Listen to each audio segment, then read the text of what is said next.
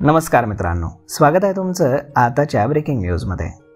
मित्रांनो, केंद्र सरकार लवकरच पेट्रोल पंप उभारणीसाठी लागणाऱ्या लायसन्सिंगच्या अटी ह्या जास्तच शिथिल करण्याच्या तयारीत आहे। देशातील इंधनाच्या वाढत्या मागणीला प्रतिसाद देणं, ऊर्जा सुरक्षिततेमध्ये वाढ करणं आणि कार्बन उत्सर्जन कमी करणं यासारख्या राष्ट्रीय ध्येयांशी सुसंगत अशी धोरणं आखण्यासाठी तज्ञ समितीची स्थापना करण्यात आली आहे।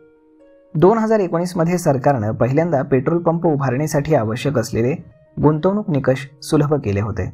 त्याआधी कंपन्यांना 2000 कोटी रुपयांची गुंतवणूक किंवा गुंतवणुकीची तयारी दर्शवावी लागत होती।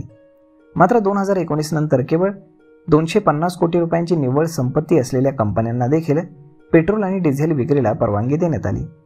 त्याचबरोबर किमान एक पर्यायी सुविधा जसं की CNG, LNG, बायोफ्युएल किंवा EV चार्जिंग स्टेशन हे 3 वर्षांमध्ये उभारणं बंधनकारक करण्यात आलं। पेट्रोल आणि नैसर्गिक वायू मंत्रालयानं नुकतीच एक 4 सदस्यीय तज्ञ समिती स्थापन केली। भारत पेट्रोलियमचे माजी संचालक सुखमल जैन हे या समितीचे अध्यक्ष आहेत। उर्वरित सदस्यांमध्ये PACचे महासंचालक P मनोज कुमार आणि इतर लोक सामील आहेत।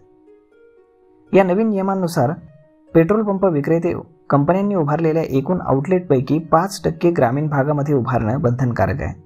यामुळे ऊर्जा सेवा देशाच्या दुर्गम भागापर्यंत पोहोचण्याचा सरकार प्रयत्न करते। सध्या देशामध्ये 97,804 पेट्रोल पंप असून त्यापैकी बहुतांश सार्वजनिक क्षेत्रातील कंपन्यांकडे आहेत। यामध्ये इंडियन ऑइलकडे 40,660, BPCLकडे 23,000 आणि HPCLकडे 23,900 एवढे पेट्रोल पंप आहेत। खाजगी क्षेत्रामध्ये रिलायन्स आणि BP आणि नायरा एनर्जी यांचे 6,663 आणि शेलचे 355 पंप सक्रिय आहेत।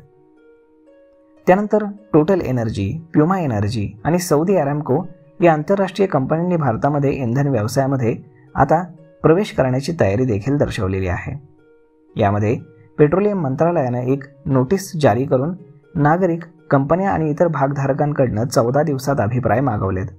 यामुळे पेट्रोल पंप व्यवसायामध्ये रस असलेल्या नवीन कंपन्या लवकरच आणखी बाजारामध्ये येतील आणि तुम्हाला देखील नवीन पेट्रोल पंप सुरू करण्यासाठी कमी कालावधीमध्ये आणि कमी खर्चामध्ये संधी देखील तुम्हाला मिळू शकते।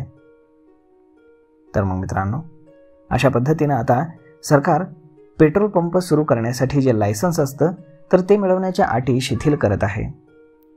तर मग मित्रांनो, हा व्हिडिओ, ही माहिती तुम्हाला कशी वाटली हे तुम्ही आम्हाला कमेंट करून नक्कीच सांगा। आणि जर आवडली असेल तर आपल्या जवळच्या मित्रमंडळींसोबत देखील हा व्हिडिओ तुम्ही शेअर करायला विसरू नका। धन्यवाद।